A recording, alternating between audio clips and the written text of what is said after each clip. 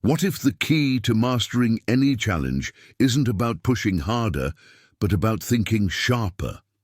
In this audiobook, The Art of Strategic Thinking, you'll discover the powerful strategies top thinkers use to anticipate change, make smarter decisions, and achieve lasting success. Unlock your potential to outthink obstacles, act with precision, and take confident control of your life's direction. The power of strategic thinking. Let me ask you a simple yet profound question. When life throws you a curveball, when challenges rise like mountains, do you react on instinct or do you respond with strategy? In a world that constantly demands your attention, that pressures you to move fast, to speak up, to take action, how often do you pause and ask, what's the smartest move I can make right now? That pause, that brief moment of intentional thought, is the birthplace of power. It's where ordinary people become extraordinary. It's where you stop playing checkers and start playing chess. This right here is what strategic thinking is all about. And let me tell you, it's your greatest superpower. Most people navigate their lives and careers on autopilot. They get up, scroll through their phones, react to the day's events, respond to emails, run errands, and desperately try to catch their breath in between. When problems arise, they respond with urgency, not clarity. Emotions take the wheel, panic, frustration, fear. These feelings drive decision after decision, often leading to short-term fixes that create long-term problems. But strategic thinkers? They play a different game. They pause, they observe, they plan. They don't just think about what's happening right now, they consider what happens 5 steps from now. They ask questions like, what's the long game here? How does this fit into the bigger picture? What's the ripple effect of this choice? This mindset, this success mindset, is the reason some people seem to navigate chaos with calm, pivot under pressure, and create breakthrough results while others are constantly putting out fires. Strategic thinking isn't just for military generals, CEOs, or political masterminds plotting in war rooms. It's for you right now. No matter your background, your title, or your goals, you have access to this incredible tool. The only thing you need to do is learn how to use it. And that's exactly what this audiobook will teach you. You'll learn not just to solve problems, but to outsmart challenges before they fully materialize. You'll move from being a pawn of circumstance to the master of your own game. Get ready to shift gears because you're about to learn how to outsmart any challenge, not by chance, but by choice. Let's begin. Chapter 1. The Foundations of Strategic Thought. Let's begin with a truth most people overlook. Your greatest power isn't your knowledge, your talent, or even your experience. Your greatest power is the ability to choose how you think. Because, in the end, it's not the smartest, fastest, or strongest people who win. It's the ones who can pause, evaluate, and think clearly under pressure. That's the essence of a strategic mindset. When people hear the word strategy, they often imagine complex charts, military precision, or high-stakes corporate maneuvers. And yes, those are examples. But strategic thinking at its core is a mindset, a way of approaching decisions, challenges, and opportunities with purpose and perspective.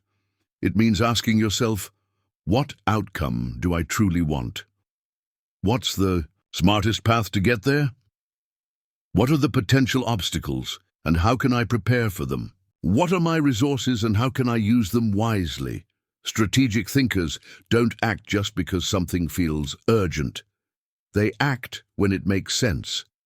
They weigh possibilities, think in terms of consequences, and focus on positioning themselves for success, not just for now, but for the long-term success. Here's the difference in action. A reactive mind says, I'm angry, so I'll lash out right now. A strategic mindset says, I'm angry, so I'll cool off and figure out how to address this in a way that actually solves the problem and preserves the relationship, if valuable. A reactive mind panics when things go wrong. A strategic mindset steps back, reassesses, and looks for options, perhaps even opportunities hidden within the chaos. A reactive mind wants quick fixes. A strategic mindset seeks sustainable long-term results. This isn't about being slow or indecisive. It's about being deliberate. It's about owning your response instead of being controlled by emotions, pressure, or fear. Most people react because it's easy, it's instinctual, fight or flight. But in our complex world, most challenges require thinking, not just instinct. This is where many fall behind, making impulsive decisions driven by cognitive bias or emotional triggers. Society often celebrates speed, move fast, act now, don't think, just do. But you don't just need more speed, you need more direction. That's what strategic thinking gives you. Strategic thinkers pause, they reflect, they train themselves to think before they react, to plan before they speak, to see consequences before they unfold. And that pause, that simple intentional pause, is where your power lives. It's about replacing emotional reactions with calm analysis, not suppressing emotions, but managing them with wisdom.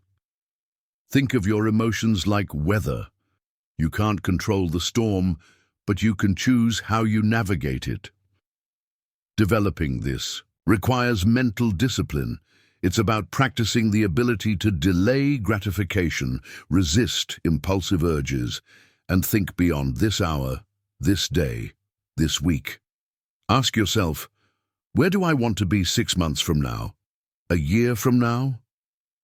What would the future version of me thank me for doing today? This future you test trains you to zoom out, see the big picture thinking, and stop sweating the small stuff that sabotages long-term success. Strategic thinking is 100% learnable. It needs practice, repetition, intentionality. Start asking better questions. Journal your decisions. Play mental chess. Surround yourself with strategists. You were not born to live on autopilot. You were built to lead, to make powerful, intelligent, thoughtful decisions. Chapter 2. Understanding Competitive Advantage. Let me ask you a question, one that sounds simple but reveals everything. What do you really want? Most people can't answer that with any real precision. They'll say things like, I want to be successful, I want to be happy, or I want to make more money, but that's vague. It's not a strategy, it's a wish. Strategic thinking, and by extension, understanding your competitive advantage, begins with clarity. Because if you don't know exactly what you're aiming for, your endgame definition, you can't build a smart plan to get there. Imagine getting into your car and driving without a destination. You could burn gas for hours, turn in circles, end up lost, or worse, nowhere. That's how most people live their lives. Without clarity, you say yes to distractions. You waste time on goals that aren't yours. You confuse activity with progress. But clarity is power. When you know your endgame, every decision becomes easier. You stop reacting, you start aligning. So what is your true goal? Not what society told you, not what sounds cool, but what you truly desire. What does success look like in your eyes?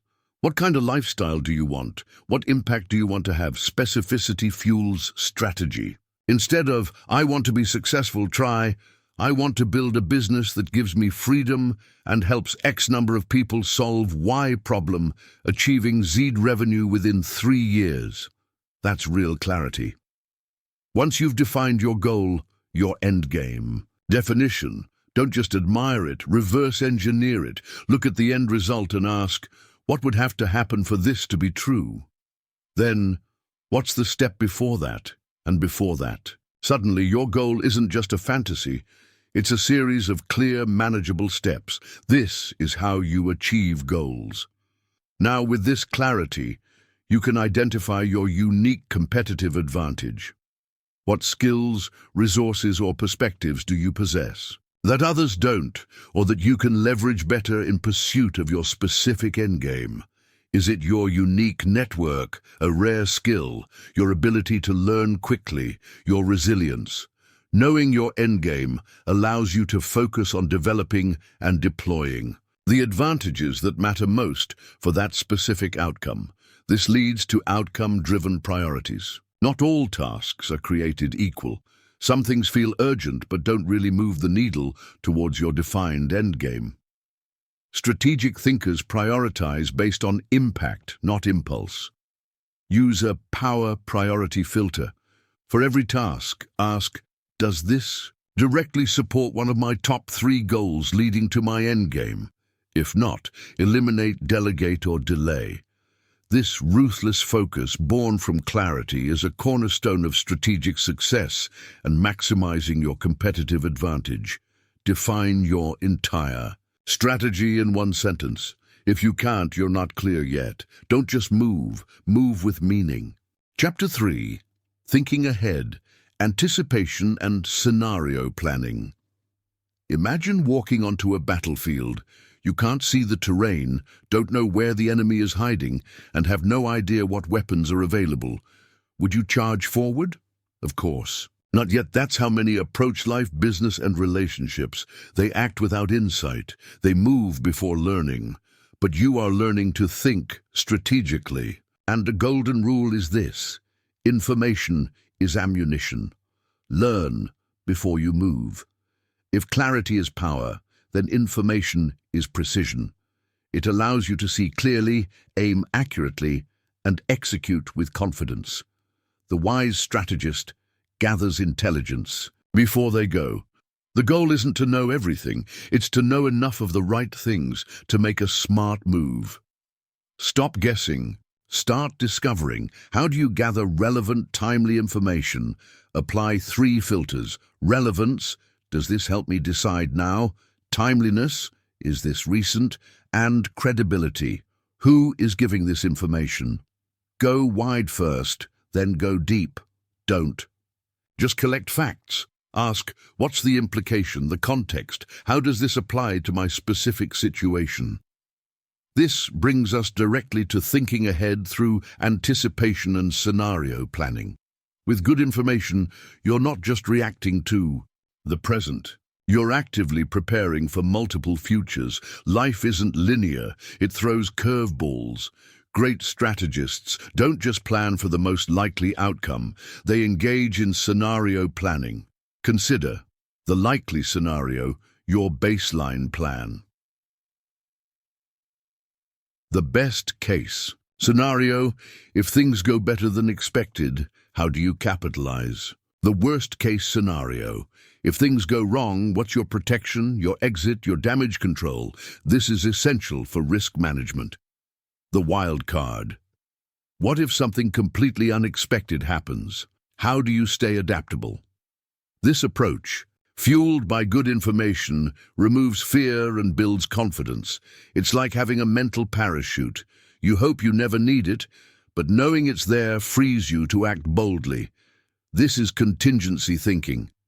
If plan A fails, I've got B, C, and D. Obstacles become alternate routes, but beware the traps: paralysis by analysis, researching endlessly, and reckless execution, acting impulsively. The goal is sufficient strategic intelligence. What do I need to know to make a confident decision? Now turn research into actionable insight. Ask, what patterns do I see? What's working and why? Where are the gaps? What are others missing? This is how you transform data into direction. Treat knowledge as a long-term asset. The more you learn, the more connections your brain makes, the more patterns you recognize.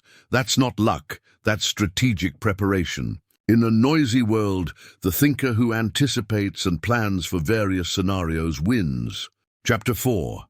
Game Theory and its real-world applications. There's a moment in every game, every negotiation, every challenge, when the one who sees ahead quietly takes the lead. They already know what's coming because they've thought it through. While others react, they're executing. That's the power of anticipation, a core tenet of thinking ahead. Let's return to the chessboard. What separates the amateur from the master? It's not just memorization, it's anticipation. The master doesn't just ask, What do I want to do next? They ask, what will this trigger? How will the other side respond? Where will this lead 5 moves from now? This is the art of thinking several moves ahead. Follow the chain of consequences forward. This is where understanding basic principles of game theory becomes invaluable in real-world applications. Game theory isn't just for economists or mathematicians. It's a way of understanding strategic interactions, where your outcome depends on the choices of others, and their outcomes depend on yours. It teaches you to see life and business not as isolated actions, but as interconnected plays. Consider simple concepts from game theory: win-win, non-zero sum. Can you find solutions where all parties benefit? This is crucial in negotiations and collaborations. Anticipating what the other party values helps you craft offers they can't refuse, because it also serves their interests. Win-lose, zero sum. Sometimes one person's gain is another's loss. Understanding this dynamic helps you identify competitive situations and strategize accordingly. How can you maximize your position while anticipating their counter-moves? The prisoner's dilemma. This classic scenario illustrates why 2 individuals might not cooperate, even if it appears that it is in their best interest to do so. It highlights the importance of trust, communication, and anticipating how the other party might act based on their own incentives and fears. By applying a game theory lens, you start to read people and situations with greater depth. You study motivations. What does this person really want? You watch patterns. How do they behave under pressure? You listen between the lines. What's not being said? This allows you to anticipate reactions and shape interactions more effectively. If you challenge them, will they get defensive? If you praise them, will they open up? Training your mind to anticipate involves pausing before you decide. Ask, what are the next 3 likely consequences? Playing mental simulations. Visualize scenarios, good, bad, strange, and your responses. Using the 10-10-10 rule. How will this decision affect me in 10 minutes, 10 months, 10 years? Keeping a what-if journal. Regularly jot down potential disruptions and your strategic responses.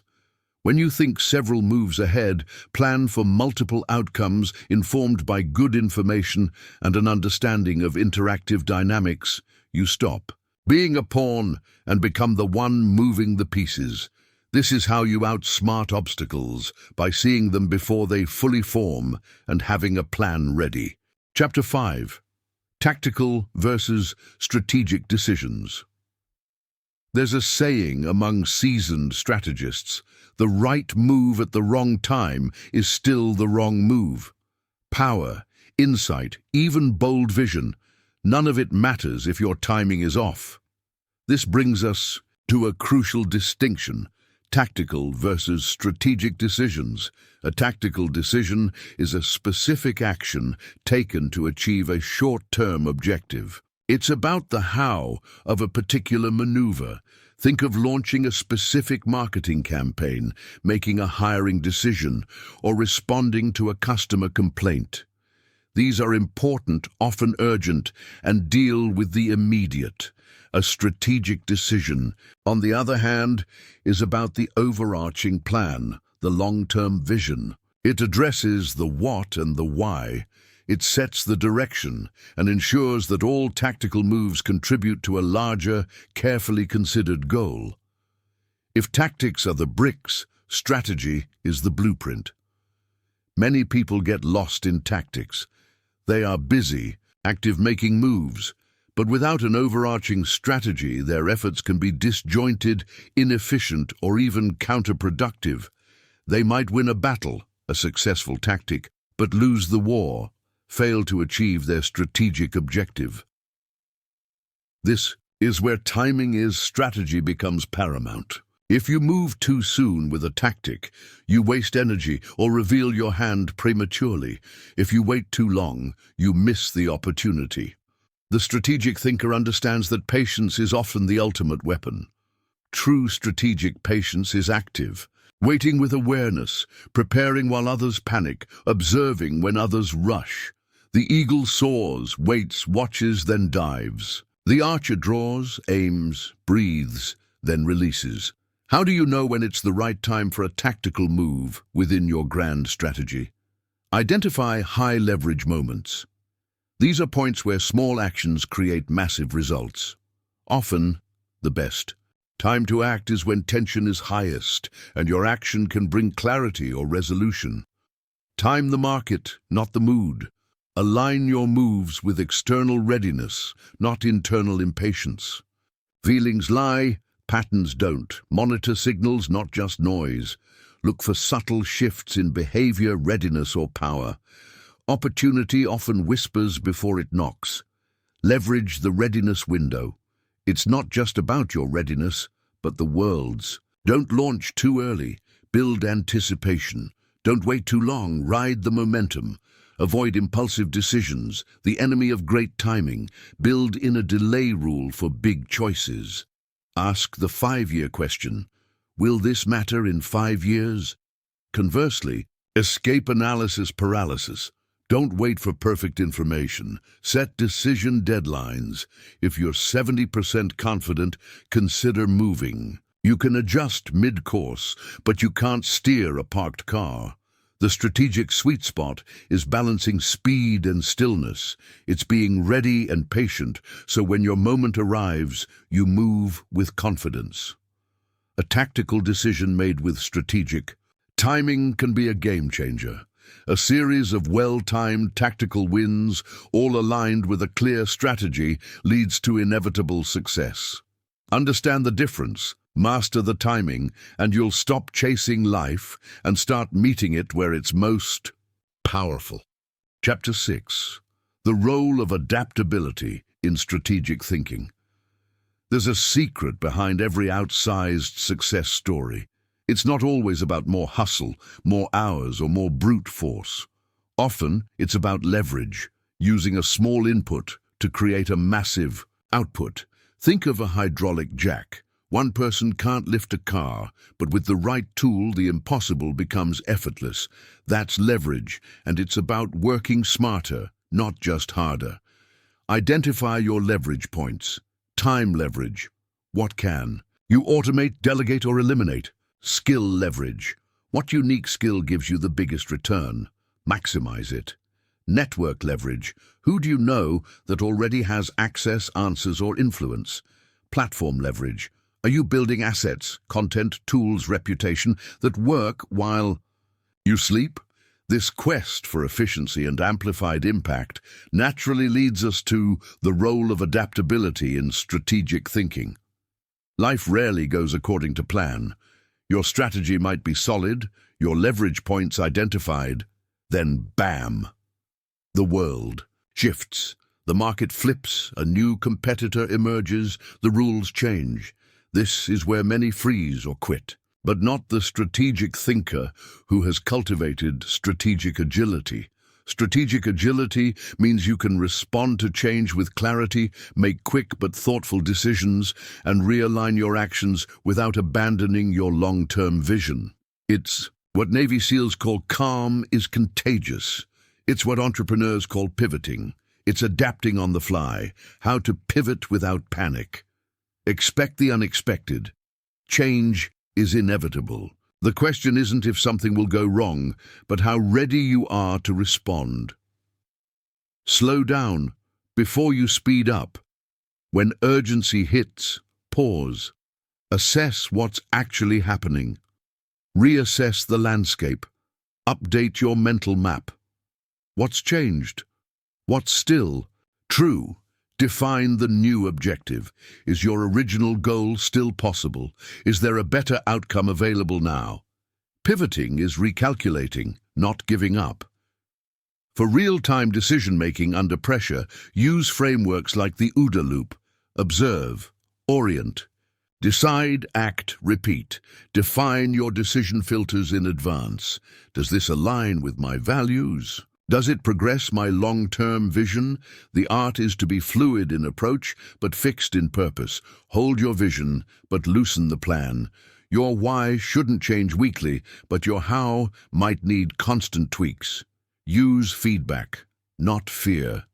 Everything is feedback. Ask, what is this teaching me? Netflix is a prime example of strategic agility. They started mailing DVDs, then pivoted to streaming as internet speeds increased, then to original content creation. They didn't cling to old models. They adapted ahead of the curve, leveraging new technologies and market shifts. The future belongs to the flexible. Rigid minds break, reactive minds panic, but strategic minds who understand leverage and master adaptability pivot, adjust, and evolve.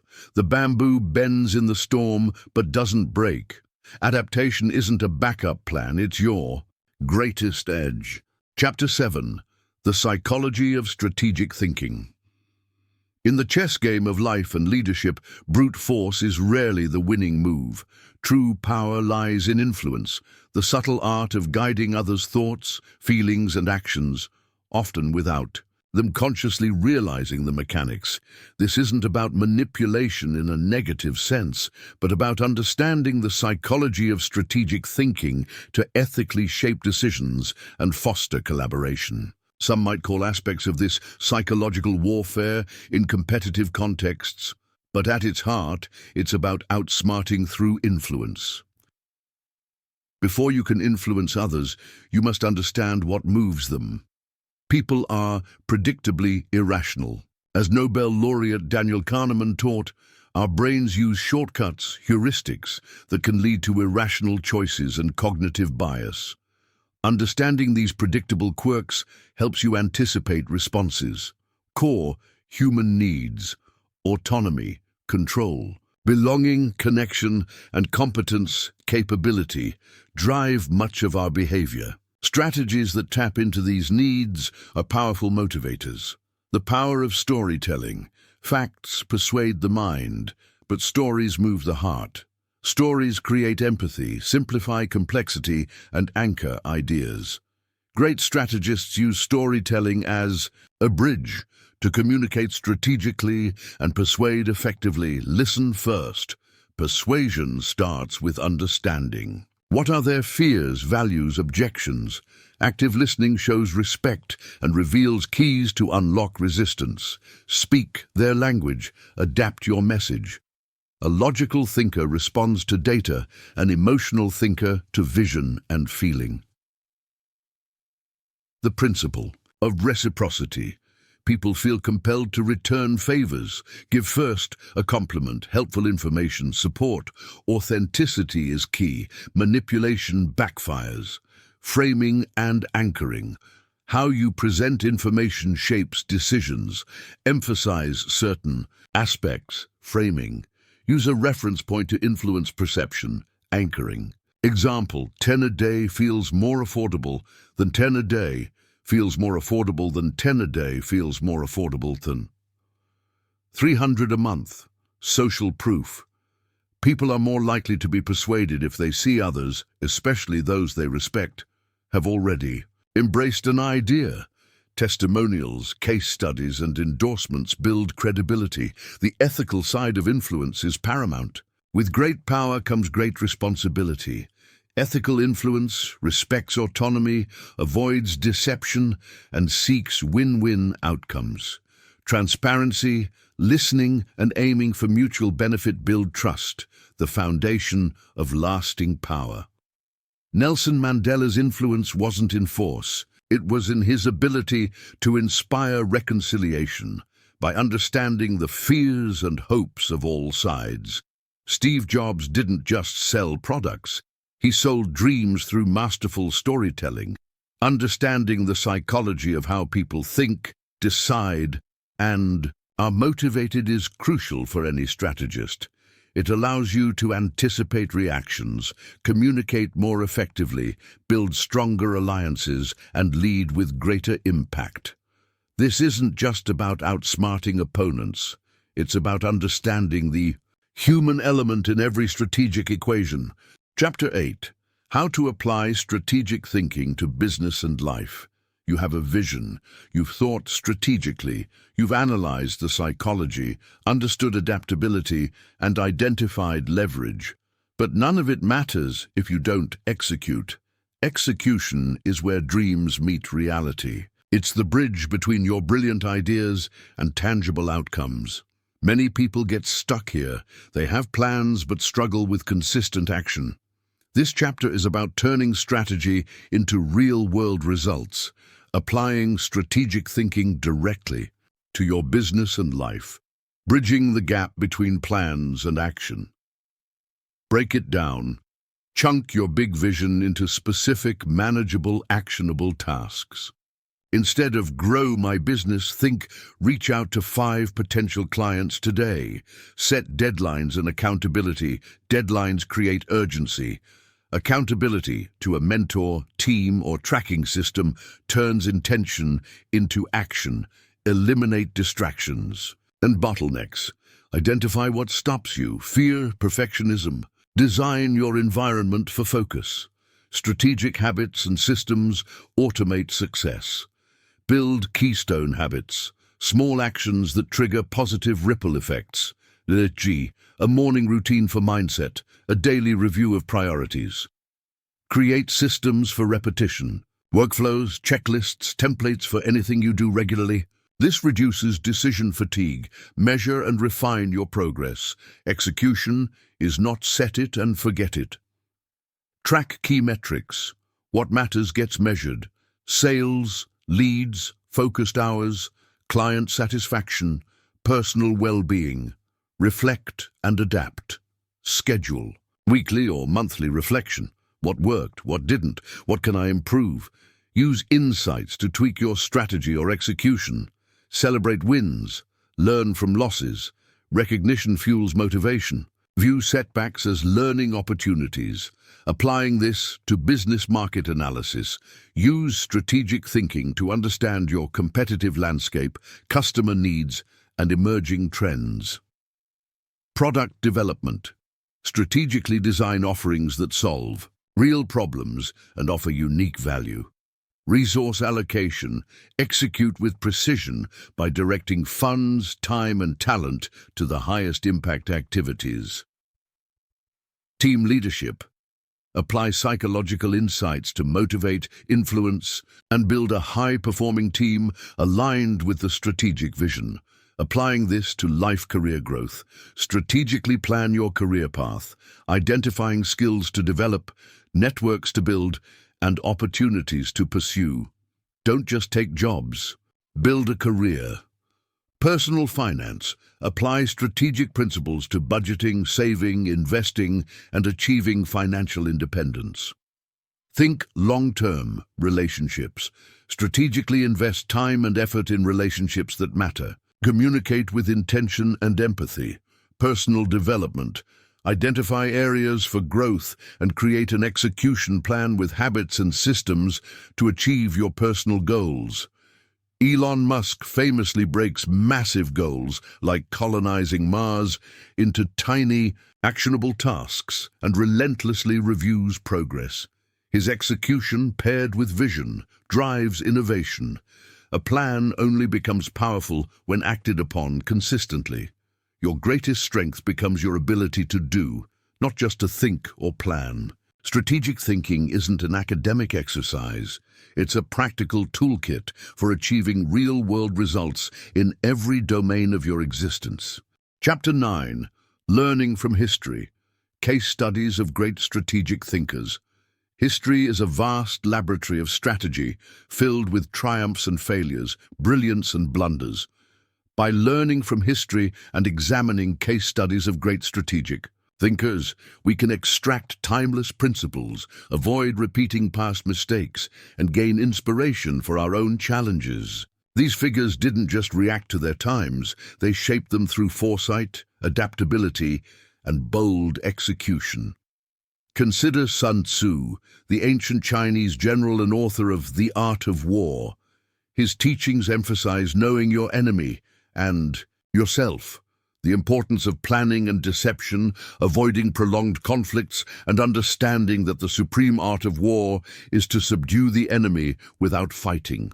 These principles are as relevant in modern business negotiation and competitive strategy as they were on ancient battlefields. His focus on intelligence, positioning, and psychological advantage offers profound lessons. Look at Abraham Lincoln. During the American Civil War, he faced a deeply divided nation and immense pressure. His strategic genius lay not just in military oversight, but in his ability to articulate a compelling moral vision, preserving the Union, later emancipation. His masterful timing with proclamations, his capacity to manage diverse and often conflicting personalities within his cabinet, and his resilience in the face of devastating losses. He adapted his strategies as the war evolved, demonstrating incredible strategic agility.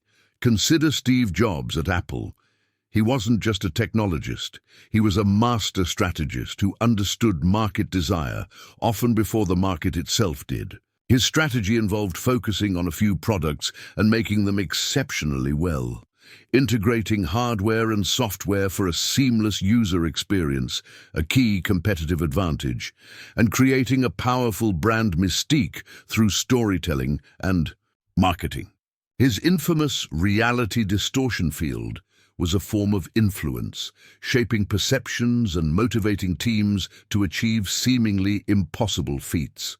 He understood leverage, how a small, brilliant team could outmaneuver larger, slower corporations. Think of Queen Elizabeth I of England. She inherited a divided and vulnerable kingdom. Her strategic acumen involved navigating complex religious and political tensions, using diplomacy and calculated ambiguity in foreign policy, playing potential suitors and rival powers against each other, a form of game theory in action, fostering a sense of national identity and making pragmatic decisions that ensured England's survival and eventual rise as a global power. Her patience and understanding of timing were legendary. What can we learn from these diverse figures? Vision is paramount. All great strategists had a clear, often audacious vision. Adaptability is key. They were not rigid. They adjusted to changing circumstances.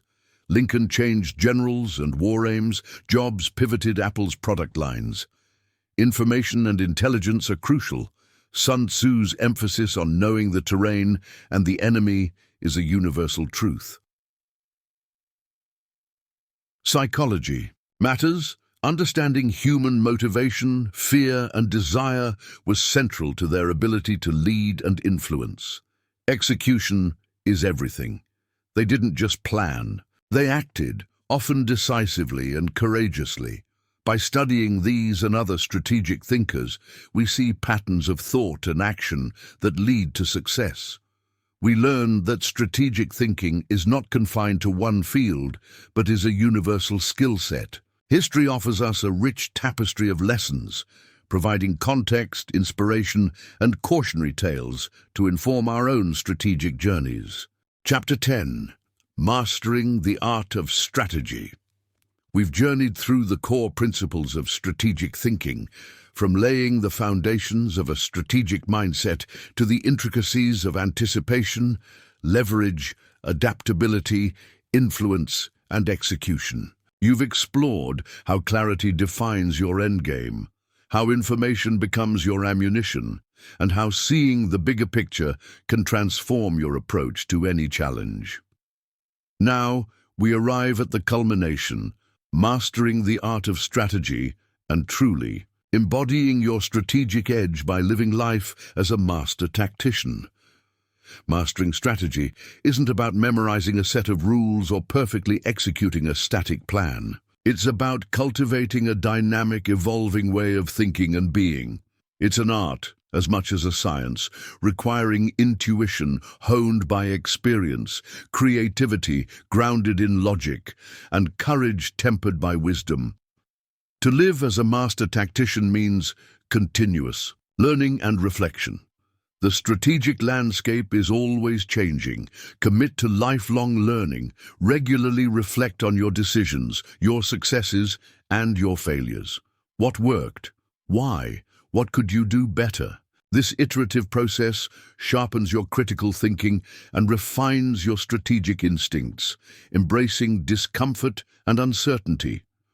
True strategic moves often lie outside your comfort zone. The master tactician learns to navigate uncertainty with confidence, viewing challenges not as threats, but as opportunities for growth and innovation. Integrating strategy into daily life. Strategic thinking isn't just for big decisions. Apply it to your daily tasks, your interactions, your personal goals. How can you be more efficient? How can you communicate more effectively? How can you align your daily actions with your long-term vision? Developing your intuition. While data and analysis are crucial, the best strategists also cultivate a keen intuition, that gut feeling often born from years of assimilated experience and pattern recognition. Learn to listen to it, but always test it against reason, maintaining a long-term perspective. In a world obsessed with instant gratification, the master tactician plays the long game. They understand that significant achievements take time, persistence, and unwavering focus on the ultimate objective. Leading with integrity and purpose. The most impactful strategies are those driven by a clear purpose and grounded in ethical principles. Influence built on trust and respect is far more powerful and sustainable than that built on manipulation or fear. You've come a long way. You now understand that strategic thinking isn't a skill you switch on and off. It's a way of living. Every decision, every conversation, every action becomes an opportunity to outthink, outmaneuver, and outlast. Challenges become your training ground. Failures become invaluable feedback. Remember, every expert was once a beginner. Every strategic thinker started with curiosity and a willingness to learn. You now hold the tools, the mindset shifts, and the frameworks to outsmart any challenge. You have your strategic edge. You don't need to be a genius. You need to be willing to slow down, think clearly, and act with purpose. The journey doesn't end here. It begins. Take what you've learned, apply it consistently, and watch as you transform your approach to life, your career, and every obstacle that stands in your way. You have the power. You have the tools. Now go, live strategically, and win, not just in big moments, but every single day. Chapter 11. Why strategic thinking is your greatest superpower. What if the key to mastering any challenge isn't about pushing harder, but about thinking sharper? In this audiobook, The Art of Strategic Thinking, you'll discover the powerful strategies top thinkers use to anticipate change, make smarter decisions, and achieve lasting success. Unlock your potential to outthink obstacles, act with precision, and take confident control of your life's direction. Let me ask you a simple yet profound question. When life throws you a curveball, when challenges rise like mountains, do you react on instinct or do you respond with strategy? In a world that constantly demands your attention, that pressures you to move fast, to speak up, to take action, how often do you pause and ask, what's the smartest move I can make right now? That pause, that brief moment of intentional thought, is the birthplace of power. It's where ordinary people become extraordinary. It's where you stop playing checkers and start playing chess. This right here is what strategic thinking is all about. And let me tell you, it's your greatest superpower. Consider the entrepreneur facing a sudden market downturn. The reactive mind might slash prices indiscriminately, leading to a devalued brand and unsustainable margins. The strategic mind, however, pauses, analyzes customer segments, and perhaps pivots to offer a new, more resilient service or product, thereby strengthening their long-term position. Most people navigate their lives and careers on autopilot. They get up, scroll through their phones, react to the day's events, respond to emails, run errands, and desperately try to catch their breath in between. When problems arise, they respond with urgency, not clarity. Emotions take the wheel. Panic, frustration, fear. These feelings drive decision after decision, often leading to short-term fixes that create long-term problems. Imagine a student reacting to exam stress by cramming last minute versus a strategic student who plans their study schedule weeks in advance, identifying weak areas and allocating time accordingly. But strategic thinkers, they play a different game. They pause, they observe, they plan. They don't just think about what's happening right now. They consider what happens 5 steps from now. They ask questions like, what's the long game here? How does this fit into the bigger picture? What's the ripple effect of this choice? This mindset, this success mindset, is the reason some people seem to navigate chaos with calm, pivot under pressure, and create breakthrough results while others are constantly putting out fires. They understand that every action is an investment. Of time, energy, or resources, and they seek the highest possible return on that investment, guided by their overarching goals. Strategic thinking isn't just for military generals, CEOs, or political masterminds plotting in war rooms. It's for you right now. It's for the parent navigating a difficult conversation with a teenager, for the employee seeking a promotion, for the individual managing their personal finances. No matter your background, your title, or your goals, you have access to this incredible tool. The only thing you need to do is learn how to use it. And that's exactly what this audiobook will teach you. You'll learn not just to solve problems, but to outsmart challenges before they fully materialize. You'll move from being a pawn of circumstance to the master of your own game. Get ready to shift gears, because you're about to learn how to outsmart any challenge, not by chance, but by choice. Let's begin. Chapter 12. The Strategic Mindset. How to Think Before You React. Let's begin with a truth most people overlook. Your greatest power isn't your knowledge, your talent, or even your experience. Your greatest power is the ability to choose how you think. Because in the end, it's not the smartest, fastest, or strongest people who win. It's the ones who can pause, evaluate, and think clearly under pressure. That's the essence of a strategic mindset. When people hear the word strategy, they often imagine complex charts, military precision, or high-stakes corporate maneuvers. And yes, those are examples. But strategic thinking at its core is a mindset, a way of approaching decisions, challenges, and opportunities with purpose and perspective. It means asking yourself, what outcome do I truly want? What's the smartest path to get there, considering my available resources and constraints? What are the potential obstacles, both internal, like my own biases, and external, like market forces? And how can I prepare for them or mitigate their impact? What are my resources, time, money, skills, connections, and how can I use them wisely, perhaps even unconventionally, to achieve my aims? Strategic thinkers don't act just because something feels urgent. They differentiate between the urgent and the important. They act when it makes sense from a long-term perspective.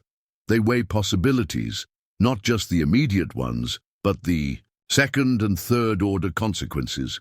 They focus on positioning themselves for success, not just for now, but for the long-term success. This means sometimes saying no to an immediate opportunity if it derails a more significant future gain. Here's the difference in action. A reactive mind says, I'm angry, so I'll lash out right now. This might offer momentary release, but can damage relationships or reputations irreparably. A strategic mindset says, I'm angry, so I'll cool off, analyze the root cause of this anger and the situation, and then figure out how to address this in a way that actually solves the problem, preserves valuable relationships if desired, and reinforces my own values and long-term goals. A reactive mind panics when things go wrong, often making hasty decisions to stop the immediate pain. A strategic mindset steps back, reassesses the situation dispassionately, and looks for options, perhaps even opportunities hidden within the chaos. A setback might reveal a flawed assumption or a new market niche. A reactive mind wants quick fixes, often papering over cracks. A strategic mindset seeks sustainable, long-term results, understanding that foundational solutions, though sometimes more difficult to implement, are ultimately more robust. This isn't about being slow or indecisive. It's about being deliberate. It's about owning your response instead of being controlled by emotions, pressure, or fear. Most people react because it's easy, it's instinctual, fight or flight. But in our complex world, most challenges require thinking, not just instinct. This is where many fall behind, making impulsive decisions driven by cognitive bias, like the availability heuristic, where we overweight recent or vivid information, or emotional triggers. Society often celebrates speed. Move fast. Act. Now, don't think, just do. But you don't just need more speed, you need more direction. That's what strategic thinking gives you. Strategic thinkers pause, they reflect. They train themselves to think before they react, to plan before they speak, to see consequences before they unfold. And that pause, that simple, intentional pause, is where your power lives. It's about replacing emotional reactions with calm. Analysis, not suppressing emotions, but managing them with wisdom. Think of your emotions like weather. You can't control the storm, but you can choose how you navigate it, what gear you wear, and which shelter you seek. Developing this requires mental discipline. It's about practicing the ability to delay gratification, choosing the harder long-term benefit over the easy short-term pleasure. It means resisting impulsive urges, whether it's an unnecessary purchase or a hasty comment. And critically, it's about thinking beyond this hour, this day, this week. Ask yourself, where do I want to be 6 months from now, a year from now, 5 years from now? What would the future version of me, the one who has achieved these goals, thank me for doing or not doing today? This future you test trains you to zoom out, see the big picture thinking, and stop sweating the small stuff that sabotages long-term success. Strategic thinking is 100% learnable. It needs practice, repetition, intentionality. Start asking better questions, not just what, but why and what if. Journal your decisions to identify patterns in your own thinking. Play mental chess, considering multiple moves ahead in everyday situations. Surround yourself with strategists, people who model this kind of thinking. You were not born to live on autopilot. You were built to lead, to make powerful, intelligent, thoughtful decisions. Chapter 13. Clarity is Power. Defining your endgame. Let me ask you a question. One that sounds simple but reveals everything. What do you really want? Most people can't answer that with any real precision. They'll say things like, I want to be successful, I want to be happy, or I want to make more money. But that's vague. It's not a strategy, it's a wish. Strategic thinking, and by extension understanding your competitive advantage, begins with clarity. Because if you don't know exactly what you're aiming for, your endgame definition, you can't build a smart plan to get there, nor can you identify what unique strengths you need to leverage. Imagine getting into your car and driving without a destination. You could burn gas for hours, turn in circles, end up lost or worse, nowhere. That's how most people live their lives, and how many businesses operate without a clear strategic focus. Without clarity, you say yes to distractions that feel good in the moment, but lead you astray. You waste time on goals that aren't truly yours, perhaps adopted from societal pressure or peer comparison. You confuse activity with progress, being busy but not effective. But clarity is power. When you know your endgame, every decision becomes easier. You stop reacting, you start aligning. You filter opportunities through the lens of your ultimate goal. So, what is your true goal? Not what society told you, not what sounds cool, but what you truly desire. This requires introspection. What does success look like in your eyes, measured by your own values, not external validation? What kind of lifestyle do you want to live? What does your ideal day, week, or year look like? What impact do you want to have on others, on your community, on the world? Specificity fuels strategy. Instead of, I want to be successful, try, I want to build a business that gives me the freedom to work from anywhere, helps at least 1,000 small business owners improve their marketing through my online courses, and generates a net profit of $200,000 annually within 3 years. That's real clarity. That's an endgame definition you can build a strategy around. Once you've defined your goal, your endgame definition, don't just admire it, reverse engineer it. Look at that end result and ask, what major milestones would have to be achieved for this to be true? Then, for each milestone, what key actions or conditions would need to be in place? And before that, suddenly, your ambitious goal isn't just a fantasy, it's a series of clear, manageable steps, a roadmap. This is how you achieve goals methodically. Now, with this clarity, you can identify and cultivate your unique competitive advantage. What skills, resources, experiences, or perspectives do you possess that others in pursuit of a similar endgame might not have, or that you can develop and leverage more effectively? Is it your unique network of contacts in a specific industry, a rare technical skill combined with strong communication abilities, your exceptional ability to learn quickly and adapt to new technologies, your unwavering resilience in the face of setbacks? Knowing your endgame allows you to focus on developing and deploying the advantages that are most relevant and impactful for that specific outcome. For example, if your endgame is to become a thought leader, your competitive advantage might be your unique writing style and deep niche expertise, which you would then strategically promote. This leads to outcome-driven priorities. Not all tasks are created equal. Some things feel urgent, but don't really move the needle towards your defined endgame. Strategic thinkers prioritize based on impact, not impulse or the demands of others. Use a power priority filter. For every task on your to-do list, ask, does this directly support one of my top 3 goals leading to my endgame? Will this action create significant leverage or movement? If not, rigorously question its place on your list, eliminate, delegate, or delay it. This ruthless focus, born from clarity, is a cornerstone of strategic success and maximizing your competitive advantage. To solidify this, try to define your entire strategy in one sentence. Your mission statement for achieving your endgame. If you can't articulate it concisely, you're not clear yet. Don't just move. Move with meaning, direction, and the power of a clearly defined purpose. Chapter 14. Information is ammunition. Learn before you move. Imagine walking onto a battlefield.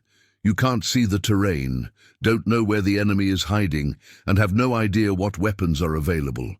Would you charge forward? Of course not. Yet that's how many approach life, business, and relationships. They act without insight. They move before learning, often stumbling into predictable pitfalls. But you are learning to think strategically, and a golden rule is this: information is ammunition. Learn before you move. Gather your intelligence, understand the landscape, and then, only then, make your calculated advance. If clarity is power, then information is precision. It allows you to see clearly, aim accurately, and execute with confidence. The wise strategist gathers intelligence before they go. The goal isn't to know everything. That leads to analysis paralysis. It's to know enough of the right things to make a smart move. Stop guessing, start discovering. This means dedicating time to research, observation, and critical questioning before committing to a significant course of action. For an entrepreneur, this could be thorough market research, competitor analysis, and customer interviews. For an individual making a career change, it means understanding industry trends, required skills, and company cultures. How do you gather relevant, timely information? Effectively, apply 3 critical filters. Relevance. Does this piece of information directly help me make a decision or solve the specific problem I'm facing right now? Avoid the temptation to go down fascinating but ultimately irrelevant rabbit holes just to feel more informed. Timeliness. Is this information recent and reflective of current realities? The world changes fast. Basing your strategy on 5-year-old advice or outdated market data can be disastrous. Credibility. Who is providing this information? Are they a proven expert, an unbiased source, or someone with an agenda? Remember, the internet is full of noise. Your job is to find the reliable signal, cross-reference sources. Once you have a foundation of trustworthy information, go wide first to understand the general landscape, then go deep into the areas most critical to your decision. Don't just collect facts like a trivia champion. Ask, what's the implication of this data point? What's the underlying context? How does this piece of information apply to my specific situation, my resources, and my goals? Strategic thinkers never stop at what happened. They relentlessly ask, why did it happen, and what can I learn from it to inform my next move? This process of gathering and analyzing information brings us directly to the core of thinking ahead through anticipation and scenario planning. With good information, you're not just reacting to the present, you're actively preparing for multiple futures. Life isn't linear. It throws curveballs, black swans, and unexpected shifts. Great strategists don't just plan for the most likely outcome, they engage in robust scenario planning. This isn't about predicting the future with a crystal ball, it's about building resilience and flexibility by considering a range of possibilities. Consider these scenarios for any major decision or project. The likely scenario, the base case. This is your most probable outcome based on current information and trends. This forms your baseline plan. The best case scenario, the upside. If things go exceptionally well, if luck is on your side, what's your play? How do you capitalize on unexpected tailwinds, scale quickly, or maximize the opportunity? The worst-case scenario, the downside. If things go significantly wrong, if critical assumptions prove false, what's your protection plan? What are your tripwires that signal a need to pivot or exit? How do you manage and mitigate the damage? This is essential for effective risk management. The wild card, the unexpected. What if something completely unforeseen happens? A new disruptive technology, a sudden geopolitical event, a personal crisis. How do you maintain adaptability and the capacity to respond to events outside your initial scope of consideration? This proactive approach, fueled by good information and a commitment to exploring different futures, removes a significant amount of fear and builds confidence. It's like having a mental parachute or multiple contingency routes programmed into your GPS. You hope you never need them, but knowing they're there frees you to act boldly and navigate uncertainty with greater composure. This is contingency. Thinking in action. If Plan A encounters this specific obstacle, we switch to Plan B. If market conditions shift in this way, Plan C is activated. Obstacles cease to be dead ends and instead become triggers for pre-considered alternate routes. But beware the twin traps in this process.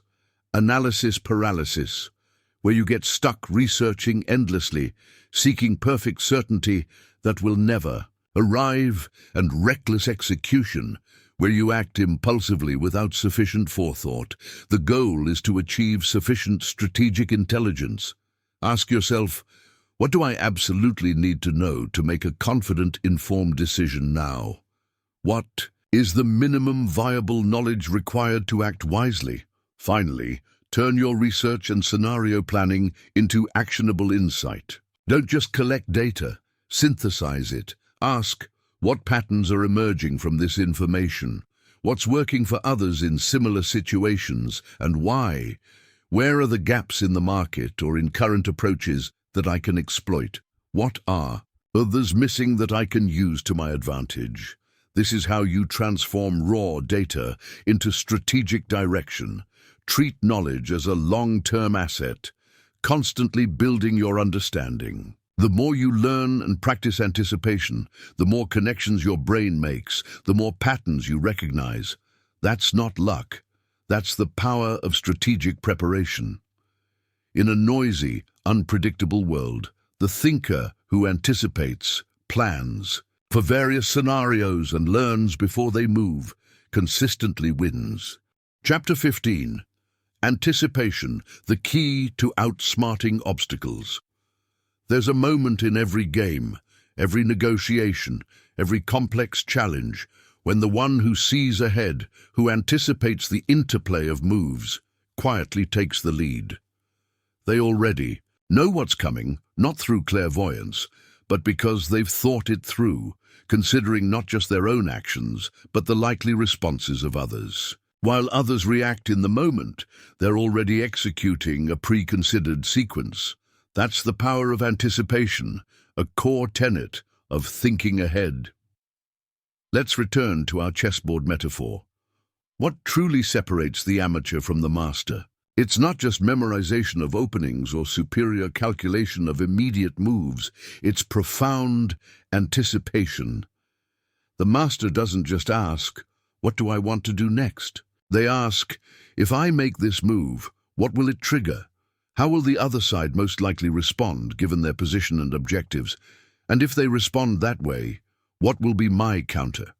Where will this sequence lead us 5, even 10 moves? From now, this is the art of thinking several moves ahead, seeing the branching possibilities of the game tree.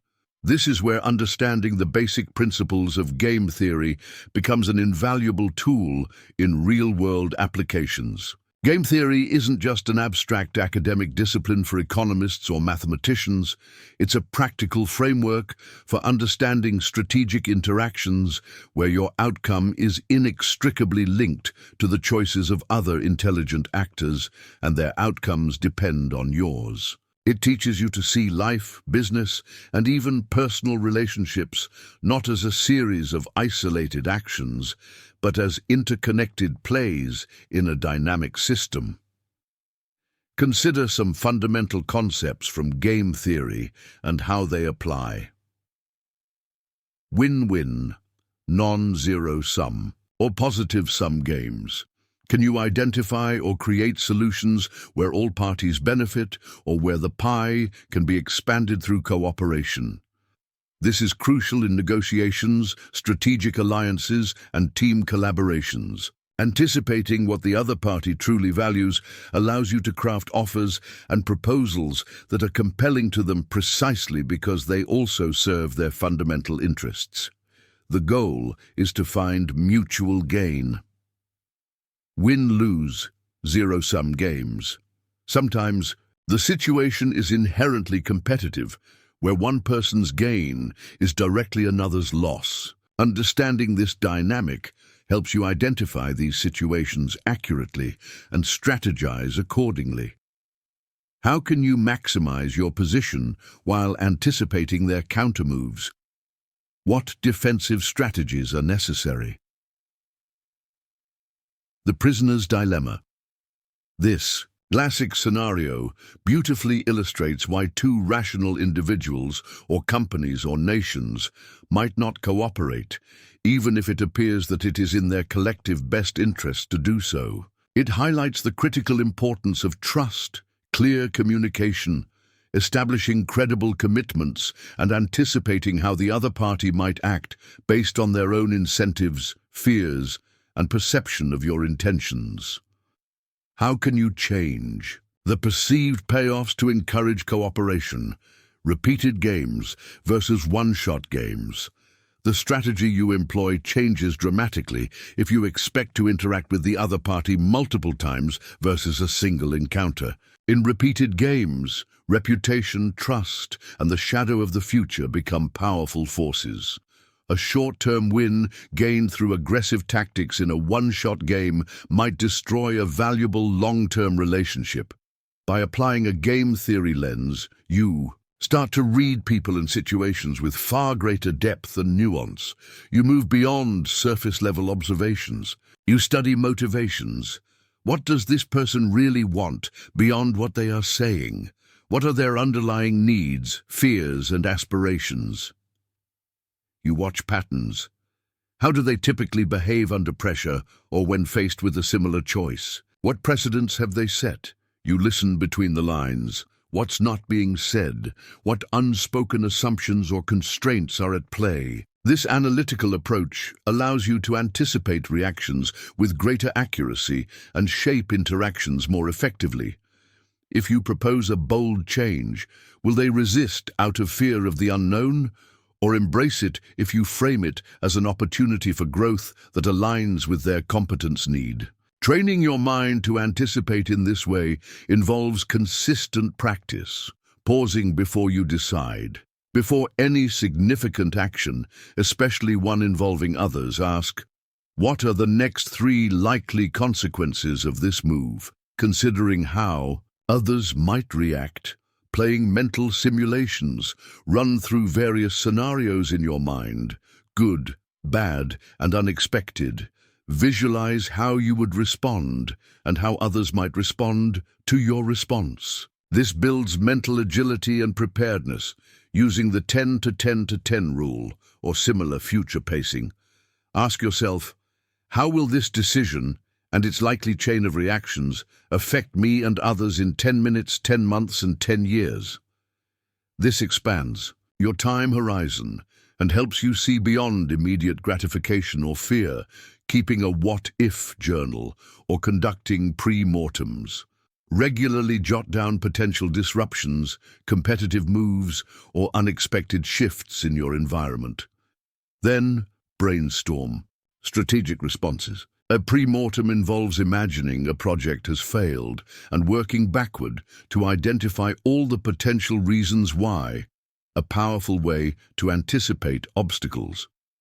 When you consistently think several moves ahead, when you plan for multiple outcomes, informed by good information and a sophisticated understanding of interactive dynamics, you stop being a mere pawn reacting to the game. You become one of the players shaping the board.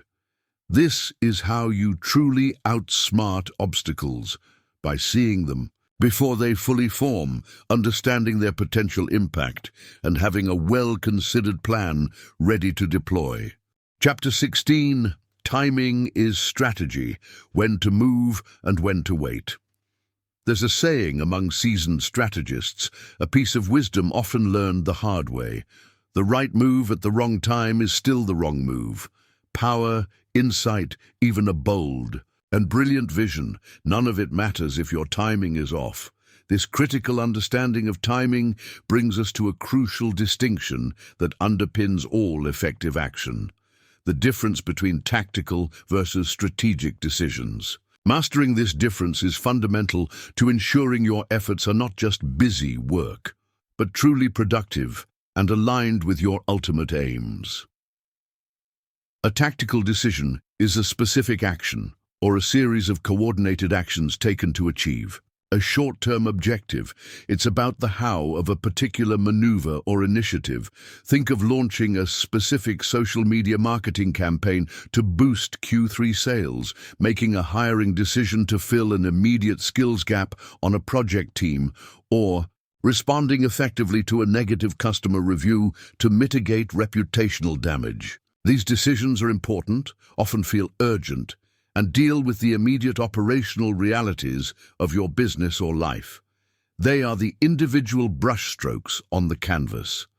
A strategic decision, on the other hand, is about the overarching plan, the long-term vision, the guiding philosophy that dictates the direction of the entire enterprise or your personal journey. It addresses the fundamental what and why. It sets the direction, defines the competitive landscape you choose to play in, and ensures that all subsequent tactical moves contribute cohesively to a larger, carefully considered goal. If tactics are the bricks, then strategy is the architectural blueprint that defines the entire structure and its purpose. A strategic decision might be to enter a new market, to pivot the company's core business model, or, on a personal level, to pursue an advanced degree to enable a significant career shift. Many individuals and organizations get lost in tactics. They are perpetually busy, constantly active, making numerous moves, but without an overarching strategy, their efforts can be disjointed, inefficient, or even counterproductive. They might win a battle, for example, a successful short-term sales promotion, a well-executed tactic, but ultimately lose the war by failing to achieve their long-term strategic objective, such as building sustainable brand loyalty or market leadership. They are playing checkers, reacting to immediate threats and opportunities without the foresight of a chess master who sees the entire board and plans several moves ahead. This is precisely where the principle, timing is strategy, becomes paramount. The most brilliant tactic, executed at the wrong moment, can be ineffective or even detrimental. If you launch a new product, a tactic, before the market is ready or before your internal support systems are in place, you waste energy and resources and potentially reveal your hand prematurely to competitors. Conversely, if you wait too long to implement a critical cost-saving measure, another tactic, you might miss the window of opportunity to stabilize your finances before a downturn. The strategic thinker understands that patience is often the ultimate weapon, a form of active waiting. True strategic patience is not passive idleness, it's waiting with awareness, preparing diligently while others panic, observing market signals and competitor movements while others rush into ill-considered action. Think of the eagle, soaring, patiently observing its prey, waiting for the perfect moment to dive with lethal precision. Consider the archer, who doesn't just loose the arrow immediately, but draws the bowstring, aims carefully, controls their breath, and then releases at the optimal moment for impact. So, how do you know when it's the right time for a specific tactical move within your grand strategy? Identify high-leverage moments. These are crucial junctures or inflection points where relatively small tactical actions can create disproportionately massive results. Often, the best time to act is when internal or external tension is highest, and your decisive action can bring clarity, resolution, or a significant shift in momentum. For example, a well-timed public statement during a crisis can restore confidence, or a specific product feature release can capture a fleeting market trend. Time the market, not just your internal mood. Align your tactical moves with external readiness, receptivity, and prevailing conditions, not merely with your internal impatience or enthusiasm. Your feelings can lie or be driven by short-term pressures. Enduring patterns and objective market signals are more reliable guides. Monitor signals, not just noise. Learn to distinguish between superficial, distracting noise and genuine, underlying signals of change or opportunity. Look for subtle shifts in customer behavior, competitor strategies, technological advancements, or regulatory landscapes. Opportunity often whispers its arrival before it knocks loudly. Leverage the readiness window. Successful timing isn't just about your readiness to act. It's critically about the world's readiness to receive your action. Don't launch a revolutionary idea too early before supporting infrastructure or public understanding exists. Instead, build anticipation and educate the market. Conversely, don't wait too long and miss the wave of momentum. Learn to ride it effectively. To master timing, you must avoid impulsive decisions, the true enemy of great timing and sound strategy. Implement a delay rule for significant choices, perhaps a 24-hour cooling-off period, to allow initial emotional responses to subside. Ask the 5-year question: will this specific tactical decision and its immediate outcome truly matter in 5 years? Or is it a short-term reaction that could compromise my long-term strategy? Conversely, you must also escape the clutches of analysis paralysis. Don't wait for perfect 100% complete information, because it will never arrive. Set clear decision deadlines for your tactical moves.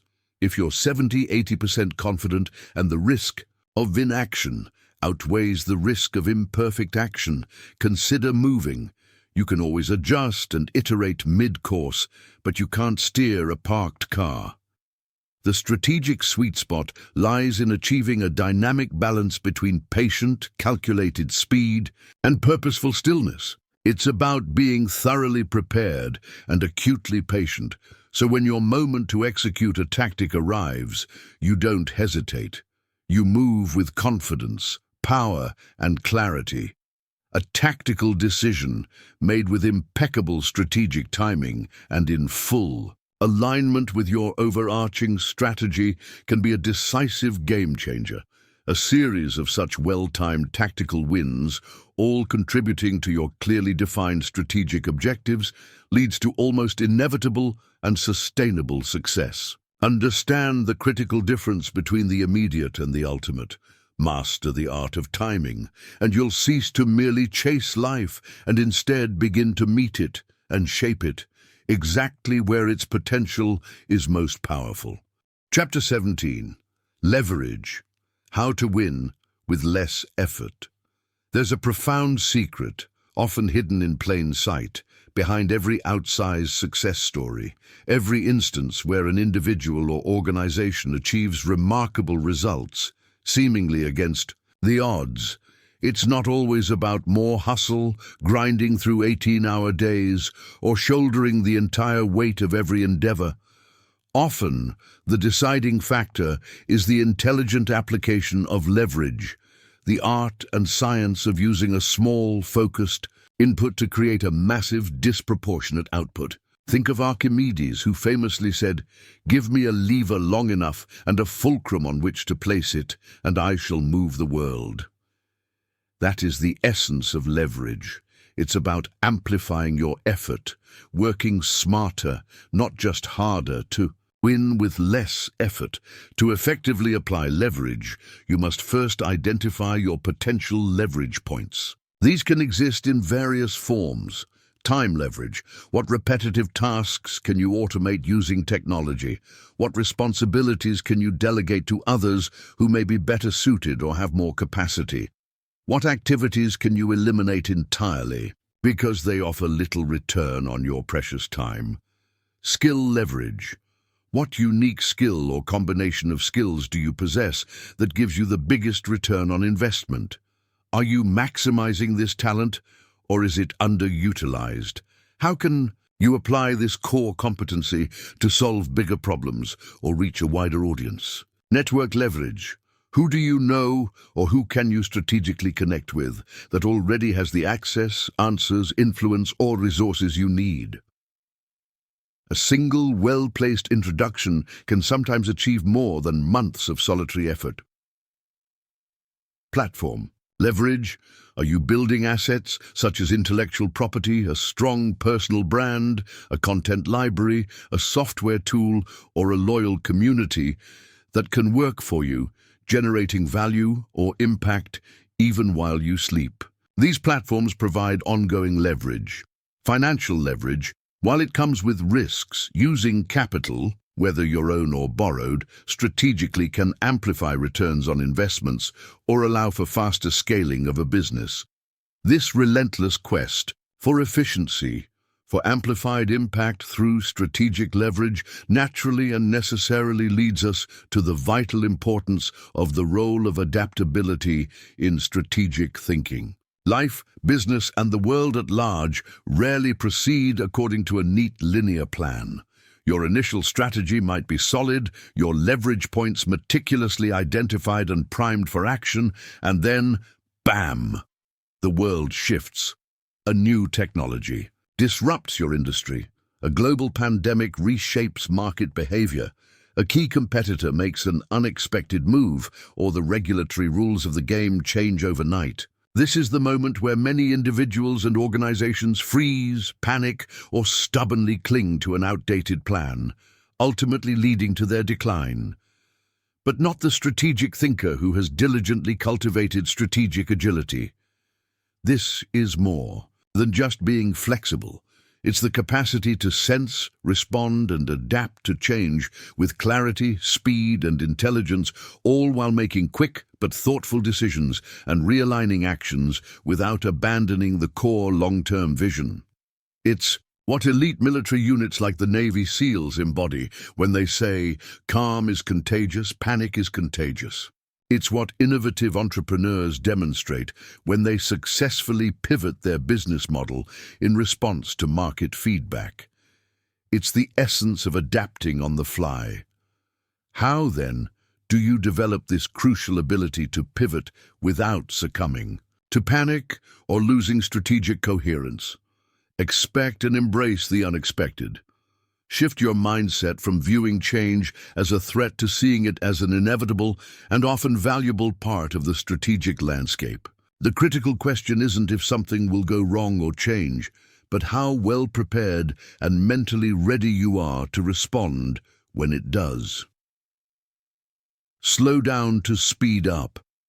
When chaos erupts and urgency screams for immediate reaction, the most strategic move is often to pause, take a deep breath, and create a moment of mental space. This allows you to assess what's actually happening rather than reacting to your initial emotional interpretation. Reassess the landscape objectively. Your mental map of the situation must be constantly updated. What specific factors have changed? What core assumptions are no longer valid? What elements of your original strategy remain true and relevant? Redefine the immediate objective, if necessary. Is your original short-term goal still achievable or even desirable given the new circumstances? Is there a better, more adaptive outcome available now?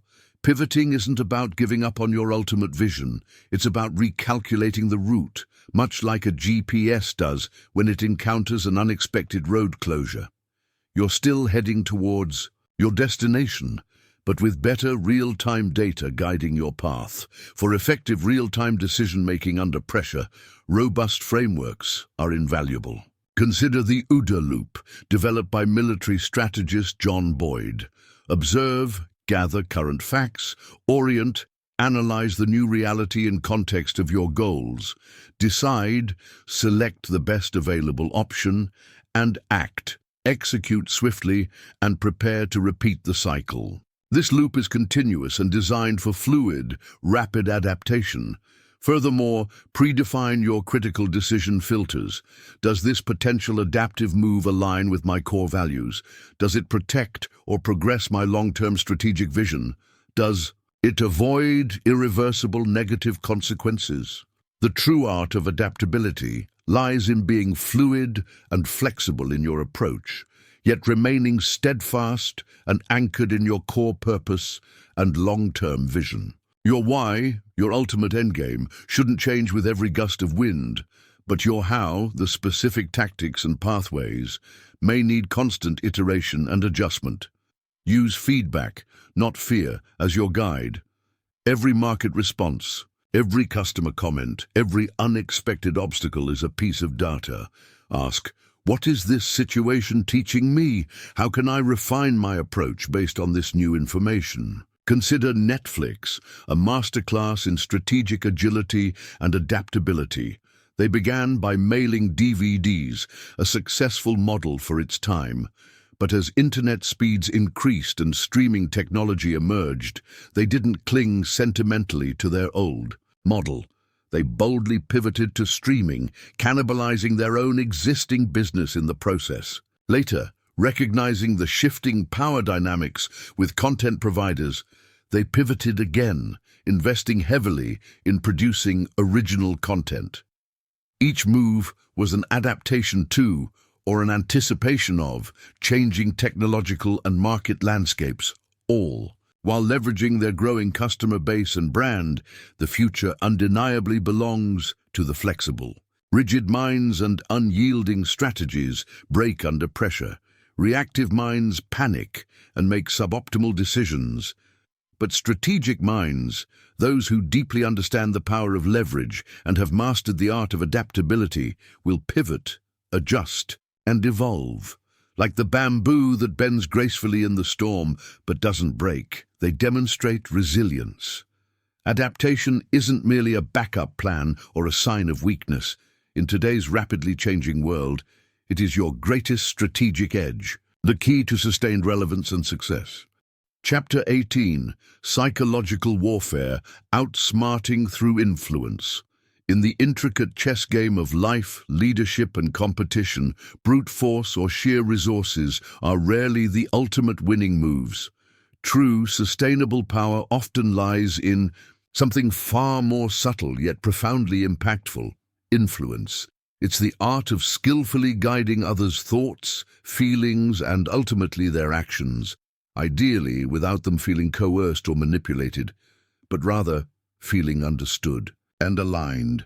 This isn't about manipulation in a Machiavellian sense, but about deeply understanding the psychology of strategic thinking to ethically shape decisions, foster collaboration, and build consensus. In highly competitive contexts, understanding these psychological levers might be referred to as psychological warfare, but at its most constructive, it's about outsmarting through influence and creating win-win scenarios. Before you can effectively influence others, you must first seek to understand what truly moves them, what drives their decisions beneath the surface of their stated positions. People are predictably irrational, System 1 and System 2. Thinking, as Nobel laureate Daniel Kahneman and others have extensively demonstrated, human beings are not purely rational decision-makers. Our brains operate with two systems. System 1 is fast, intuitive, emotional, and prone to shortcuts, heuristics, and cognitive biases. System 2 is slower, more deliberate, analytical, and effortful. Most of our daily decisions are driven by System 1. Understanding these predictable quirks, like confirmation bias, seeking information that confirms our beliefs, anchoring bias, over-relying on the first piece of information, or loss aversion, feeling the pain of a loss more strongly than the pleasure of an equivalent gain, helps you anticipate responses and frame your communications more effectively. Core human needs and motivators. Beyond the basic needs for survival, psychologists often highlight universal drivers like the need for autonomy, a sense of control and agency, belonging, connection, acceptance and community, and competence, feeling capable, effective, and mastering skills. Strategies and proposals that tap into these fundamental needs, showing how your idea enhances someone's control, sense of belonging, or feeling of competence, are inherently more powerful motivators. The power of storytelling and narrative. Facts, figures, and logical arguments persuade the conscious mind, System 2, but stories capture the imagination, evoke emotion, and move the heart, System 1. Stories create empathy, simplify complex ideas, make messages more memorable, and can bypass intellectual resistance. Great strategists, leaders, and influencers are often master storytellers, using narrative to build connection, convey values, and inspire action. Once you have a grasp of these psychological underpinnings, you can begin to communicate strategically and persuade more effectively. Listen first, deeply and actively. True persuasion begins not with speaking, but with profound listening. Seek to understand the other person's perspective, their fears, their values, their unstated assumptions, and their objections. Active listening, reflecting, clarifying, and validating their viewpoint shows respect and uncovers the crucial keys needed to unlock resistance and find common ground. Speak their language, framing to resonate. Adapt your message to your audience. A highly analytical, data-driven individual will respond best to logical arguments and evidence. A more intuitive, relationship-oriented person might be moved more by a compelling vision, personal anecdotes, and emotional appeals. Frame your proposals in terms of their benefits, their values, and solutions to their perceived problems. The principle of reciprocity. Give before you get. Human beings are wired with a deep-seated psychological tendency to return favors and gestures of goodwill. Ethically leverage this by offering genuine value first. Provide helpful information, offer support, make a useful introduction, or simply give a sincere compliment. This builds goodwill and a subtle, often unconscious sense of obligation. However, authenticity is paramount. Insincere or purely transactional attempts at reciprocity can easily backfire and erode trust. Framing and anchoring, shaping perception. How you present information dramatically shapes how it's perceived and evaluated. Framing involves emphasizing certain aspects of a choice while downplaying others, e.g., framing a cost as an investment in future growth rather than an expense. Anchoring involves establishing an initial reference point, like the first price mentioned in a negotiation, that then influences subsequent judgments and discussions. Strategic thinkers carefully frame their offers and arguments for maximum positive impact. Social proof, the power of the crowd. People are far more likely to be persuaded or adopt a behavior if they see that others, especially those they respect or identify with, have already done so. Testimonials, case studies, endorsements from credible figures, and visible adoption by peers all serve as powerful forms of social proof. Highlighting consensus or widespread acceptance can significantly reduce resistance to new ideas. The ethical dimension of influence cannot be overstated. With great power comes great responsibility. Ethical influence respects the autonomy and freedom of choice of others. It avoids deception, coercion, or the exploitation of vulnerabilities. It consistently aims for win-win outcomes, or at the very least, fair and transparent dealings. Transparency in your intentions, a genuine commitment to listening and understanding, and a focus on mutual benefit are the cornerstones that build lasting trust. This kind of integrity is not a weakness. It's a strategic strength that underpins long-term influence. Consider historical figures. Nelson Mandela's profound influence wasn't derived from force, but from his extraordinary ability to inspire reconciliation. He achieved this by deeply understanding the fears and aspirations of all sides in apartheid South Africa and communicating a vision of a shared future. Steve Jobs didn't just sell technology products, he sold dreams, identity, and a sense of belonging to a creative tribe, all through masterful storytelling and a keen understanding of aspirational psychology. Understanding the psychology of how people think, how they are motivated, how they perceive risk and reward, and how they make decisions is absolutely crucial for any aspiring strategist. It allows you to anticipate reactions more accurately, communicate with greater persuasive impact, build stronger and more resilient alliances, and lead with an influence that inspires genuine commitment rather than mere compliance. This isn't just about outsmarting opponents in a competitive arena.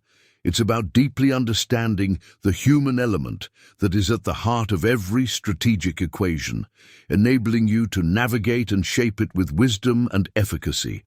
Chapter 19. Execution, turning strategy into real-world results. You have a vision, you've cultivated a strategic mindset, sharpened your critical thinking, analyzed the psychology of influence, understood the vital roles of adaptability and leverage, and identified your competitive advantage. But the most brilliant strategy, the most insightful analysis, remains purely academic, a fascinating intellectual exercise if it doesn't translate into tangible action and real-world outcomes.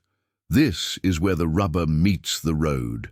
This is the realm of execution.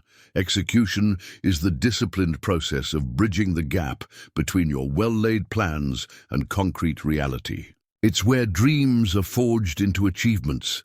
Many individuals and organizations falter at this stage. They possess brilliant strategies but struggle with consistent, focused action, get bogged down in details, or lose momentum when faced with initial friction. This chapter is absolutely crucial, as it's dedicated to turning strategy into real-world results, demonstrating precisely how to apply strategic thinking to business and life in a practical, impactful way.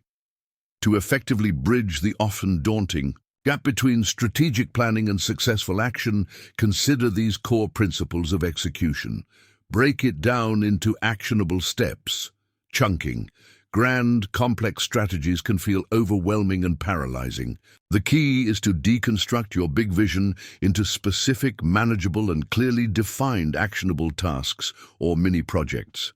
Instead of a vague goal like, grow my business significantly, a strategic execution plan would break this down into components. Like Q1, reach out to 20 potential enterprise clients with tailored proposals. Q2, launch a targeted digital marketing campaign for Product X, aiming for 500 new leads. Q3, develop and pilot an online course based on core expertise. Each small step is a building block. Over time, these blocks stack to create impressive edifices. This applies to personal goals too. Improve my health becomes walk 30 minutes 3 times a week, and replace sugary drinks with water. Set clear deadlines and establish robust accountability. Without deadlines, tasks have a tendency to expand, to fill the time available, or worse, linger indefinitely in a state of pending. Deadlines create a healthy sense of urgency and provide a framework for progress. Complement this with strong accountability structures. This might involve sharing your goals and progress with a mentor, a mastermind group, or a trusted colleague. Using project management apps, setting regular calendar reminders for key tasks, or even rewarding yourself for achieving milestones can significantly boost follow-through. Accountability transforms good intentions into consistent action. Identify and systematically eliminate distractions and bottlenecks. Proactively identify what typically stops you or slows you down from effective execution. Is it fear of failure or imperfection?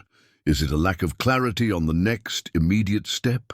Are there environmental distractions, like a cluttered workspace or constant notifications? Or are there process bottlenecks, inefficient workflows, or dependencies on others that create delays? Strategically design your environment, your schedule, and your processes to minimize friction and clear obstacles, allowing momentum to build and flow more freely. Furthermore, recognize that strategic habits and robust systems are the engines that automate success and ensure consistency in execution, far more reliably than sporadic bursts of willpower. Build keystone habits. These are small foundational actions that, once established, trigger a cascade of other positive behaviors and ripple effects. Examples include a consistent morning routine that sets a productive mindset for the day, a daily review of your top priorities to ensure focus, or a weekly journaling practice to track wins, lessons learned, and progress towards strategic goals. Identify and diligently cultivate the habits that directly support and reinforce your strategic execution. Create systems for repetition and scale.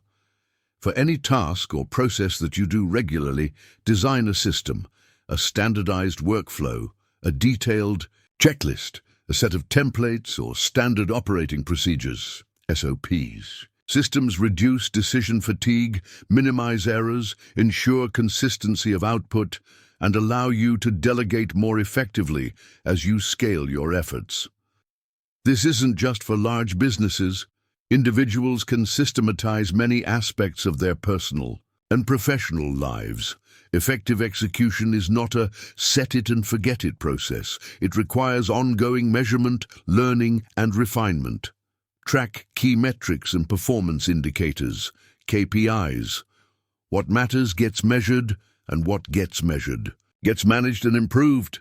Choose a few critical indicators that directly reflect progress towards your strategic objectives. In business, this could be sales figures, lead generation rates, customer acquisition cost, or client satisfaction scores. Personally, it might be hours spent on focused work, progress on a skill development plan, or improvements in well-being indicators. Regularly review these numbers to stay informed and make data-driven adjustments. Schedule regular reflection and adaptation sessions.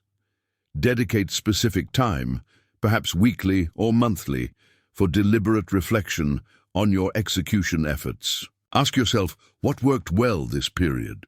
What didn't go as planned? What obstacles did I encounter, and how did I, or could I, overcome them? What can I improve in my process or approach moving forward? Use these insights to intelligently tweak your strategy or your execution systems. Celebrate wins, big and small, and learn constructively from losses. Acknowledging and celebrating milestones, no matter how small, provides positive reinforcement and fuels ongoing motivation. When setbacks inevitably occur, resist the urge to view them as purely negative failures. Instead, adopt a growth mindset and analyze them as valuable learning opportunities. What assumptions were incorrect? What external factors were at play? What lessons can be extracted to sharpen your strategic edge for the future? Applying these principles specifically to business, strategic market analysis and positioning. Don't just enter a market. Use strategic thinking to deeply understand your competitive landscape. Identify underserved customer needs, pinpoint emerging trends, and craft a unique value proposition that gives you a sustainable competitive advantage. Innovative product service development. Strategically design your offerings not just to meet existing demand, but to anticipate future needs, solve real, painful problems for your target audience, and offer demonstrable, unique value that commands attention and loyalty. Disciplined resource allocation. Execute with financial and operational precision by strategically directing your limited funds, your team's valuable time, and your collective talent towards the highest impact activities and initiatives that align most closely with your core strategic goals. Empathetic and effective team leadership. Apply psychological insights to motivate, inspire, and influence your team.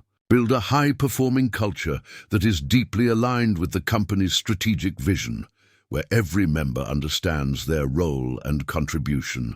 Applying these principles strategically to your life. Intentional career growth and development. Don't just drift from job to job. Strategically plan your career path. Identify the skills you need to develop, the professional networks you need to cultivate, and the specific types of opportunities and experiences you need to pursue to reach your long-term career aspirations. Build a career with purpose, not by default. Proactive personal financial management. Apply strategic principles to your budgeting, saving habits, investment decisions, and long-term wealth creation to achieve your goals of financial security or independence. Think strategically about debt, assets, and future financial needs. Nurturing key relationships. Strategically invest your precious time and emotional energy in the relationships that matter most to you. With family, friends, mentors. Communicate with intention, empathy, and a focus on mutual growth and support. Systematic personal development and goal achievement. Clearly identify the areas of your life where you seek growth, be it learning a new language, mastering a musical instrument, improving your physical fitness, or developing a new mindset. Then create a concrete execution plan with specific habits, routines, and systems to ensure you achieve those personal goals. Consider the relentless execution style of figures like Elon Musk, who famously breaks down audacious, almost unimaginable goals like colonizing Mars into an incredibly granular series of smaller actionable tasks and then obsessively reviews progress, iterating constantly. His almost fanatical focus on execution, paired with a visionary strategic outlook, is what drives his company's remarkable pace of innovation and results. Ultimately, remember this fundamental truth. A plan, no matter how strategically brilliant, only becomes powerful and transformative when it is consistently acted upon. Your greatest strength, therefore, increasingly becomes your ability to execute with discipline and intelligence, not just to think, analyze, or plan. Strategic thinking isn't an abstract academic exercise. It is an intensely practical toolkit for achieving meaningful, real-world results in every significant domain of your existence. Chapter 20, Seeing the Board, Mastering the Big Picture. History is not merely a record of past events. It is a vast, open-access laboratory of strategy filled with an astonishing array of triumphs and failures, moments of breathtaking brilliance, and cautionary tales of catastrophic blunders. By diligently learning from history and closely examining insightful case studies of great strategic thinkers, and also, importantly, from those whose strategies faltered, we can extract timeless principles, discern recurring patterns of success and failure, avoid repeating costly past mistakes, and gain profound inspiration for navigating our own contemporary challenges. These remarkable figures from various epochs and disciplines didn't just passively react to the currents of their times. They actively shaped them through extraordinary foresight, calculated risk-taking, remarkable adaptability, and bold, often relentless, execution.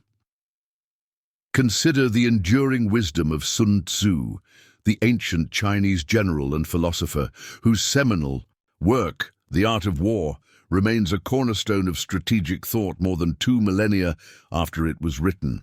His teachings emphasize the paramount importance of knowing your enemy and, just as crucially, knowing yourself, your strengths, weaknesses, and limitations. He stressed meticulous planning and the strategic use of deception, the wisdom of avoiding prolonged and costly conflicts wherever possible, and the profound understanding that the supreme art of war is to subdue the enemy without ever having to fight.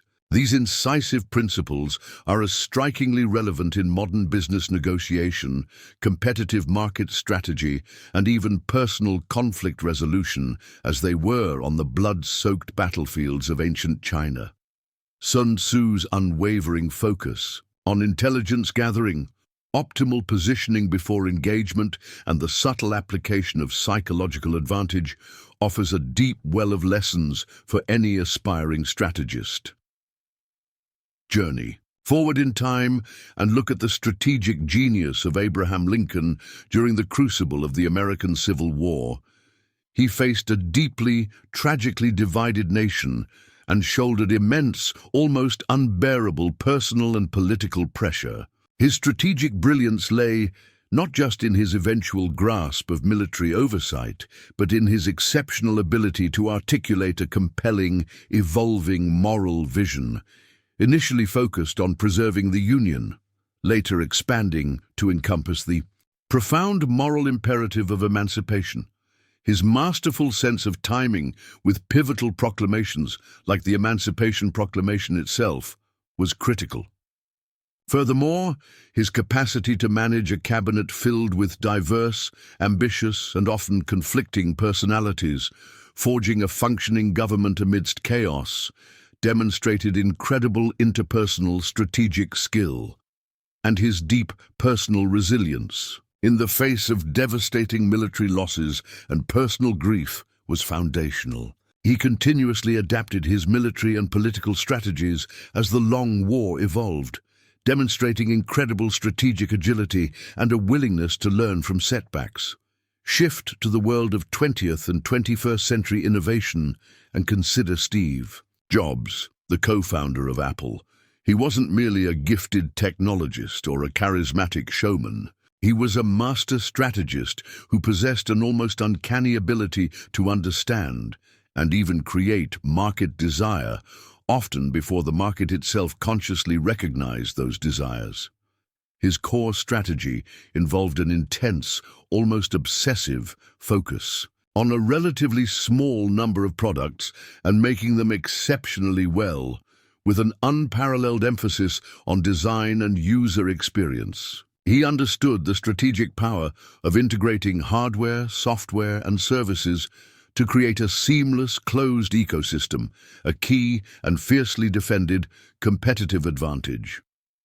Jobs also masterfully created a powerful brand mystique through compelling storytelling, iconic marketing, and carefully orchestrated product launches. His infamous reality distortion field was, in essence, a potent form of influence and psychological motivation, shaping perceptions and driving his teams to achieve seemingly impossible feats of engineering and design.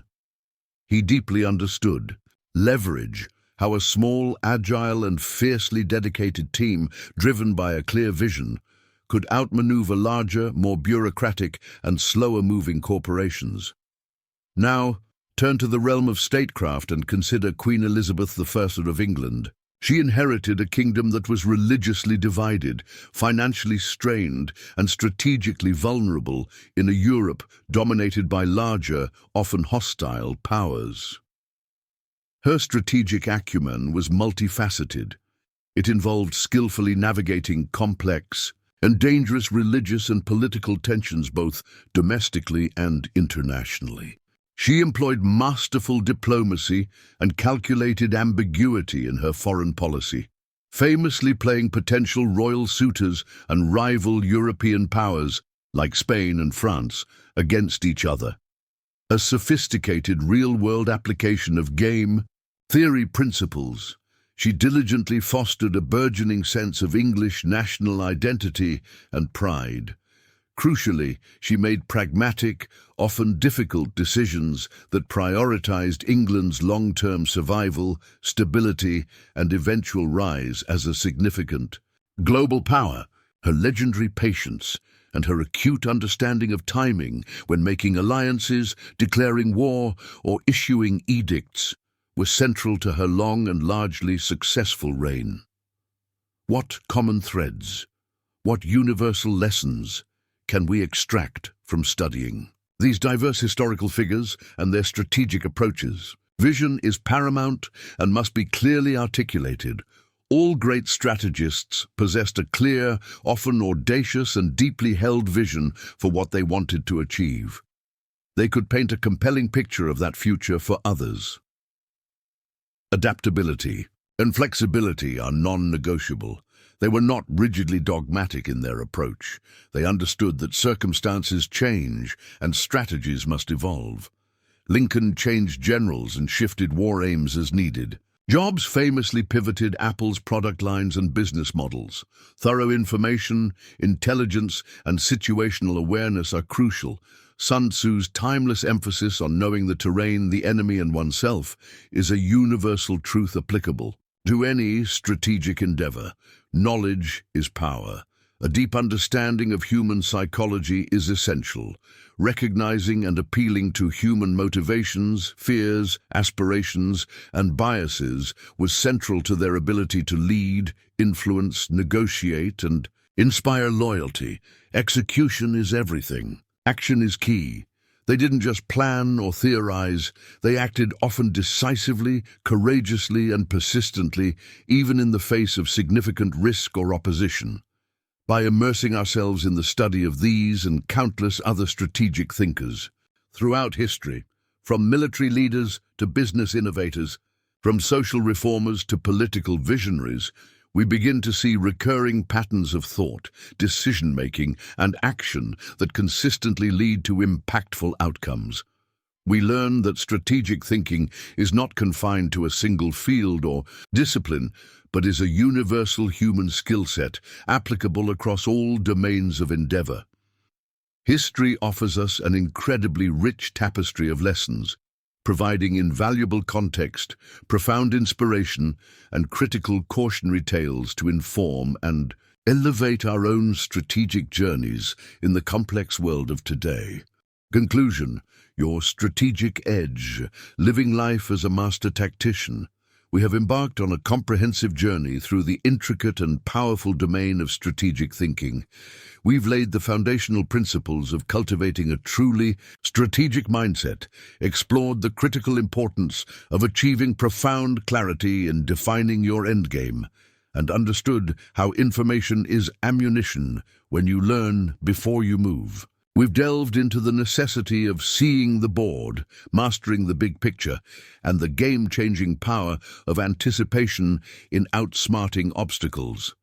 You've learned that timing is strategy, that leverage allows you to win with less effort, and that adapting on the fly through strategic agility is essential in our ever-changing world. We've also touched upon the subtle dynamics of psychological warfare and outsmarting through influence, and the paramount importance of execution in turning strategy into real-world results. We've even drawn wisdom from learning from history and the case studies of great strategic thinkers. Now, as our exploration draws to a close, we arrive at the culmination, the ultimate synthesis of all these concepts: the lifelong pursuit of mastering the art of strategy. This isn't just about accumulating knowledge. It's about deeply internalizing these principles until they become second nature, enabling you to truly embody and wield your strategic edge by consciously and consistently living life as a master. Tactician. Mastering the art of strategy is not a destination you arrive at, but rather a continuous, evolving practice. It's not about memorizing a rigid set of rules or flawlessly executing a static, predefined plan. Instead, it's about cultivating a dynamic, fluid, and highly adaptive way of thinking, perceiving, and being in the world. It is, in its highest form, an art as much as it is a science, requiring keen intuition honed by deep experience, boundless creativity grounded in sound logic, and unwavering courage tempered by profound wisdom and humility. So what does it truly mean to live life as a master tactician, to operate with this strategic edge day in and day out? Commitment to continuous learning, reflection, and iteration. The strategic landscape, whether in business, technology, geopolitics, or even personal relationships, is in a state of perpetual flux. Therefore, a master strategist is a lifelong learner, always curious, always seeking new knowledge, perspectives, and skills. Crucially, they regularly and honestly reflect on their decisions, their successes, and perhaps most importantly, their failures. What worked exceptionally well? Why? What fell short of expectations? And what were the root causes? What invaluable lessons can be extracted and applied to future endeavors? This disciplined, iterative cycle of action, reflection, and refinement continuously sharpens your critical thinking abilities and hones your strategic instincts, embracing discomfort, ambiguity, and calculated uncertainty. True strategic moves, those that create significant breakthroughs or provide substantial competitive advantage, often lie well outside your established comfort zone. They frequently involve navigating ambiguity and making decisions with incomplete information. The master tactician learns to not only tolerate, but to strategically navigate uncertainty with confidence, viewing challenges not as insurmountable threats, but as potent opportunities for growth, innovation, and differentiation. They understand that risk is inherent in progress, and their focus is on intelligent risk management, not risk avoidance. Integrating strategic principles into the fabric of daily life. Strategic thinking isn't a special tool you pull out only for monumental decisions or crises. Its true power is unleashed when it becomes an integral part of your daily operating system. Apply it to your routine tasks. How can you be more efficient and effective? Apply it to your interpersonal interactions. How can you communicate with greater clarity, empathy, and persuasive impact? Apply it to your personal goals. How can you ensure your daily actions are consistently aligned with your long-term vision and values? This daily practice builds the muscle of strategic thought, developing and trusting your honed intuition. While rigorous data analysis, logical reasoning, and structured frameworks are crucial components of strategic thinking, the very best strategists also cultivate and learn to trust their keen intuition. This isn't mystical guesswork, rather, it's often a subconscious synthesis of years of assimilated experience, pattern recognition, and subtle environmental cues. Learn to listen to that gut feeling, that inner knowing, but always test its validity against reason, evidence, and critical inquiry. Maintaining an unwavering long-term perspective. In a world increasingly obsessed with instant gratification, quarterly results, and fleeting trends, the master tactician consistently plays the long game.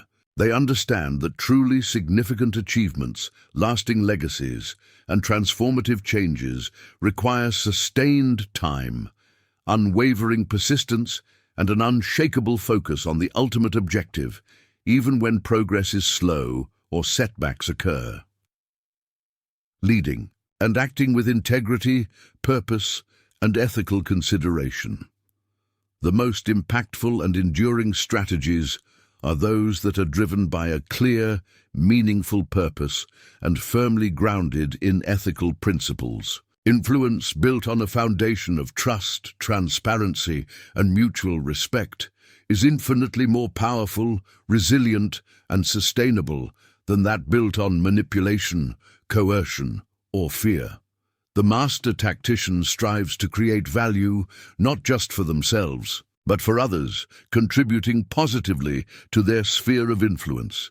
You have journeyed far in this exploration. You now possess a deeper understanding that strategic thinking isn't a skill you merely switch on and off as needed. It's a holistic way of living, a lens through which you view the world. Every decision, every conversation, every action becomes a fresh opportunity to outthink, to outmaneuver, to outlast, and to outperform. Challenges cease to be mere obstacles. They transform into your most valuable training ground. Failures are no longer defeats. They become invaluable feedback, rich with lessons for future success. Remember, every expert, every master in any field was once a beginner. Every truly strategic thinker started their journey with an open mind, a spark of curiosity, and a steadfast willingness to learn, adapt, and grow. You now hold the conceptual tools, the crucial mindset shifts, and the practical frameworks to outsmart any challenge that life or your profession may present. You have cultivated your strategic edge. You don't need to be born a genius. You simply need the ongoing willingness to slow down when necessary, to think with clarity and depth, and to act with decisive purpose. The journey of mastering strategy doesn't end with the conclusion of this audiobook. In many ways, it truly begins now. Take the insights, principles, and techniques you've absorbed and begin to apply them consistently, consciously, and creatively in your own unique context.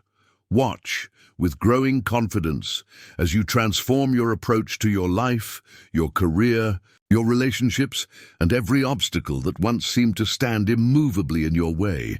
You have the inherent power, You now have a more structured set of tools. Go forth, live strategically and endeavor to win, not just in the grand, defining moments, but in the small, consistent choices you make every single day. Thank you for joining us on The Art of Strategic Thinking. May you go forth with enhanced clarity, unwavering courage, and the ever-sharpening ability to outsmart any challenge and shape a future of your own design.